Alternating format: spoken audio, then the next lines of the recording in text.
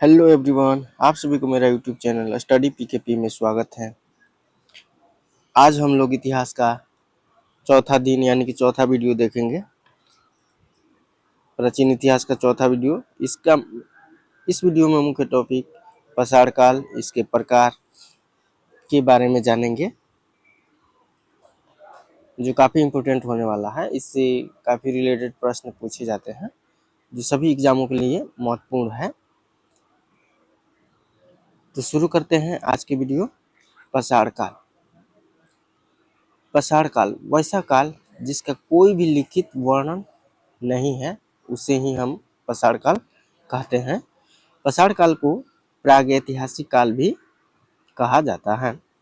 यानी कि इस काल का, पाषाण काल का कोई भी लिखा हुआ विवरण हमें कहीं भी देखने को नहीं मिला है। इस काल को स्टोन युग भी कहा जाता है।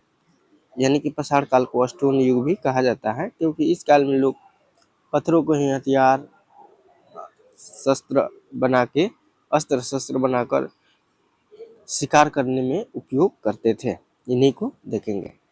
तो पाषाण काल मुख्य रूप से 3 प्रकार के होते हैं।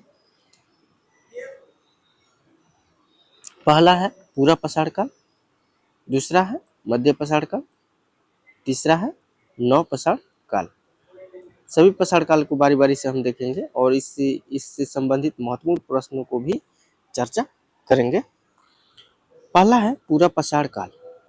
पूरा पाषाण काल वैसा काल जो जीवन की उत्पत्ति इसी काल में हुई, यानी कि मानव जीवन की उत्पत्ति इस पूरा पाषाण काल में ही हुई, जिसका अनुमानतः लगभग 26,09,000 ईसा पूर्व के बीच की अवधि को ही माना जाता है कि इस समय की अवधि में ही मानव जीवों का उत्पत्ति हुई। पूरा पाषाण काल की खोज सबसे पहले किसने की है, तो वो रॉबर्ट ब्रूस फुट नामक एक व्यक्ति थे। उन्होंने ही इसकी खोज की 1863 में। पूरा पाषाण काल का खोज किए। पूरा पाषाण काल में जो मानव थे वो खानाबदोश थे, यानी कि उनका कोई अस्थायी रूप नहीं था। यानी कि खानाबदोश का मतलब होता है घूम के अपने भोजन की तलाश में घूमा करते थे। उन्हें भोजन शिकार करके ही प्राप्त मिलता था, यानी कि जो मिला उसी से खाकर अपना जीविकोपार्जन करते थे। पूरा पाषाण काल को आदिमानव युग भी कहा जाता है। इस पूरा पाषाण काल को हम लोग आदिमानव युग कहते हैं, क्योंकि उस समय जो लोग थे वो आदिमानव के तहत थे। उनके शरीर में बड़े बड़े बाल होते थे, कोई वस्त्र नहीं, नंगे ऐसे घुमा करते थे, गुफाओं में रहा करते थे, शिकार पर निर्भर करते थे, कोई चीज़ की जानकारी उन्हें नहीं थी। जो मिला वो खाया, सड़ा गला कोई भी चीज़ को मिलकर वो खाते रहते थे। उनका मुख्य रूप से वो क्या करते थे, शिकार पर ही निर्भर रहते थे। घूमते हुए जंगलों में भटकते रहते थे, जहाँ शिकार मिला वहीं खाया, फिर आगे बढ़ गए। इस तरह से उनका जीवन चल रहा था। लेकिन आगे चल के उन्हें धीरे धीरे कुछ सूझबूझ हुई। फलों के बीजों को तोड़ने के लिए पत्थर का प्रयोग करने लगे, जिससे नुकीला धारदार पत्थर टूटने से नुकीला धारदार प्राप्त हुआ, जिससे उन्हें पता चला कि इससे अगर हथियार बनाया जाए तो आसानी से शिकार किया जा सकता है। तब वो पत्थरों का हथियार बनाना चालू किए। उसके साथ साथ जानवरों को मारते उनकी हड्डियों का भी वो हथियार बनाया करते थे। उनके रहने के लिए कोई मकान नहीं था, क्योंकि वो घुमक्कड़ जीवन जीते थे। तो गुफा में रहना, क्योंकि गर्मी सर्दी वर्षा से बचने के लिए वो गुफाओं में रहना सुरक्षित मानते थे। लोहंदनाल से पशु की हड्डी से बनी मूर्ति मिली। ये एक पहला साक्ष्य है जो लोहंदा नाला से इस काल की पशु की हड्डी बनी एक मूर्ति मिली है। यानी कि इस काल में अनविकसित लोग थे, जो सिर्फ शिकार पर निर्भर थे, किसी तरह अपना जीविकोपार्जन करते थे। लेकिन धीरे धीरे इनकी विकास बढ़ती गई। तो अगला काल मध्य पाषाण काल आता है। इसमें ये काफ़ी चेंज हुए और काफ़ी बदलाव हुआ। इस काल को लगभग 9,000 ईसा पूर्व से 4,000 ईसा पूर्व के बीच माना जाता है। इसे मध्य पाषाण काल की श्रेणी में रखा जाता है। इस काल में आदि मानव काफ़ी विकसित हो गए वे मध्य पाषाण काल में छोटे छोटे हथियार बनाने लगे जिससे वो आसानी से शिकार कर लेते थे। इसमें अंत्येष्टि कार्यक्रम देखने को मिला, यानी कि जब मरने पर उन्हें क्रियाक्रम करने को, दफनाने का या जलाने का प्रथा इसमें देखने को मिला कि वो जो भी उनके साथी, दोस्त, परिवार के सदस्य कोई मरता था तो उन्हें ये अंत्येष्टि कार्यक्रम करते थे।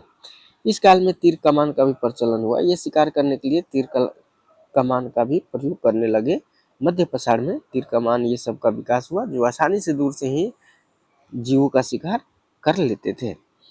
उसके बाद इन्होंने धीरे धीरे फसल उपजाना भी, यानी कि जब ये किसी भी फल के बीज को खाते थे और उन्हें बचाने के लिए कहीं भूमि में दबा देते थे जिससे वहाँ पौधा निकल आता, तो इन्होंने देखा कि अरे भाई ये तो अच्छी बात है कि हम अगर किसी बीज को भूमि के अंदर डालते हैं तो उससे नया पौधा निकलता है, फिर वो फल देता है। इस तरह से इन्होंने फसल उपजाने का प्रक्रिया सीखने लगे और सबसे पहले इन्होंने गेहूं, अनाज, धान जैसे फसल को उपजाना शुरू किया। मध्य पाषाण कालीन उपकरण, इस काल में जो उपकरण थे, इकधार था, फलक था, बेधनी था और अर्धचंद्राकार, सबलम्ब, ऐसे इस प्रकार के हथियार वो बनाते थे जो काफी दूर से ही शिकार करने में प्रयोग करते थे। दूर से ही चलाकर जानवरों को मारकर भोजन के रूप में प्रयोग करते थे। यानी कि कहा जाए तो ये पूरा पाषाण से मध्य पाषाण में काफी बदलाव देखने को मिला। ये काफी चीजें सीख गए, इस तरह ये बहुत चीजें सीख गए। अगला है नवपाषाण काल।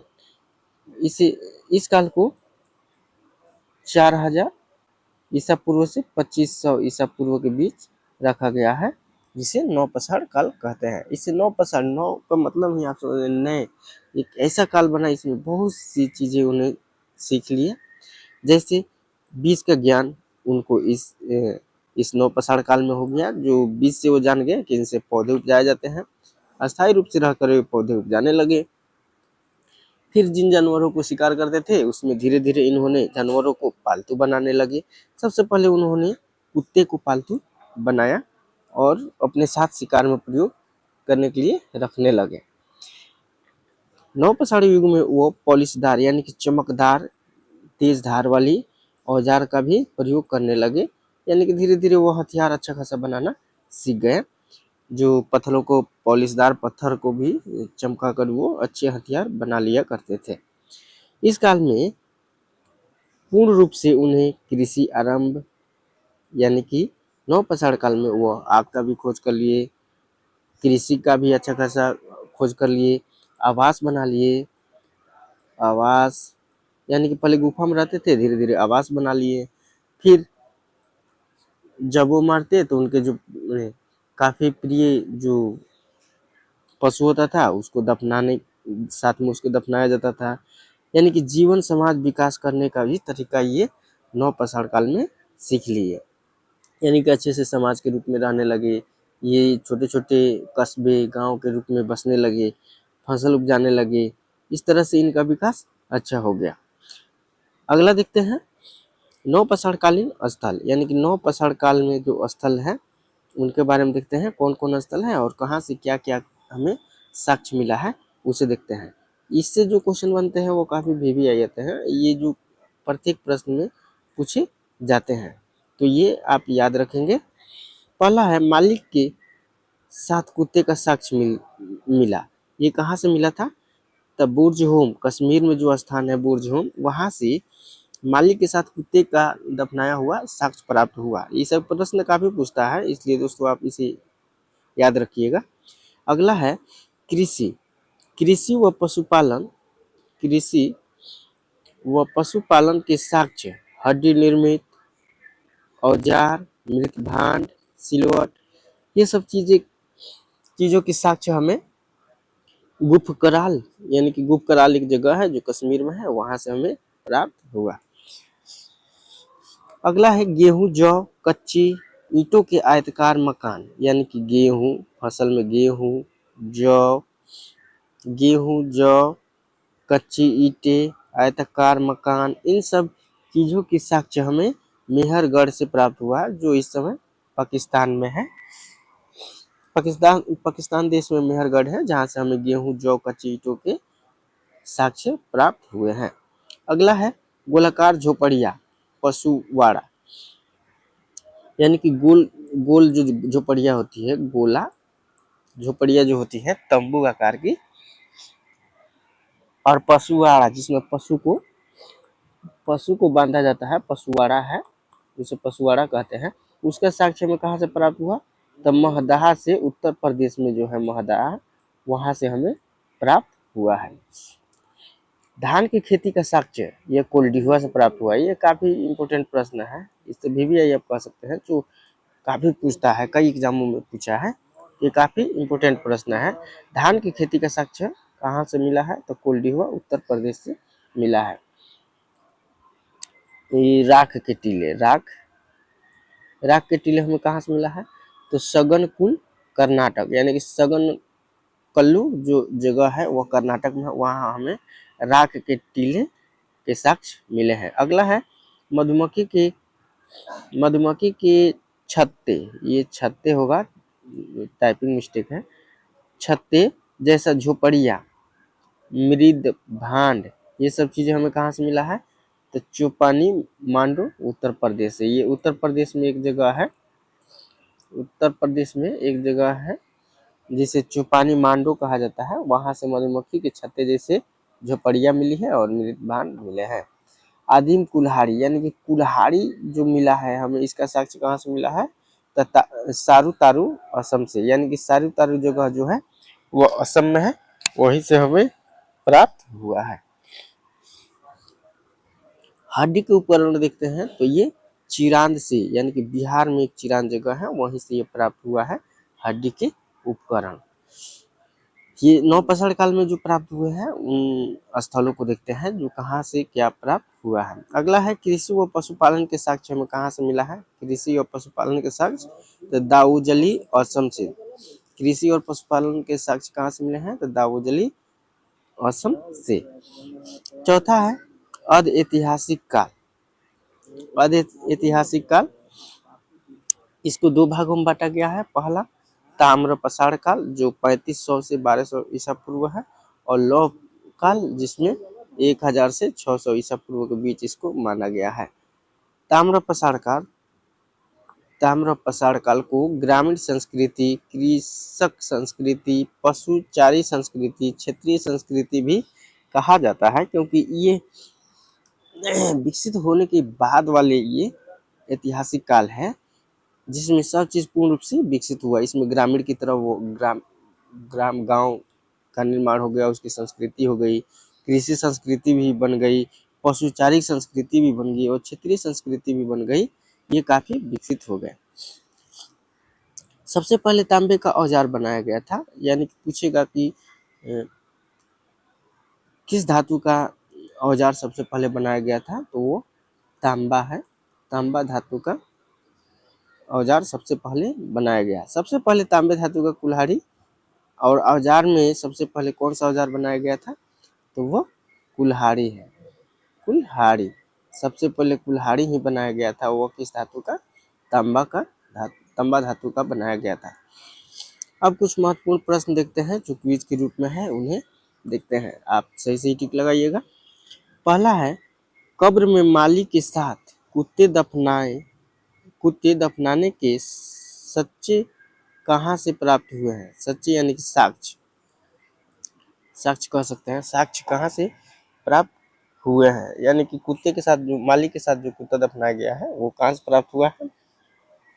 इसका ऑप्शन ए है बुर्जहोम, दूसरा है मेहरगढ़, तीसरा है कोल्डिहवा और चौथा है चिरांद। यानी कि इसका सही आंसर कौन होगा? तो ऑप्शन ए होगा, बुर्जहोम से माली के साथ कुत्ते दफनाने के साक्ष्य प्राप्त हुए हैं। अगला प्रश्न है औजार बनाने में सबसे पहले किस धातु का प्रयोग किया गया? यानी कि औजार जो हथियार जो है, औजार बनाने में सबसे पहले किस धातु का प्रयोग किया गया? ऑप्शन दिया है, 1 में लोहा, 2 में तांबा, 3 में कांसा और 4 में है टीना। तो सबसे पहले किस धातु का प्रयोग किया गया था? तो वो तांबा धातु का प्रयोग किया गया था। जो सबसे पहला औजार क्या बना था? तो कुल्हाड़ी ही बना था। सबसे पहला हथियार वह तांबा का बना था।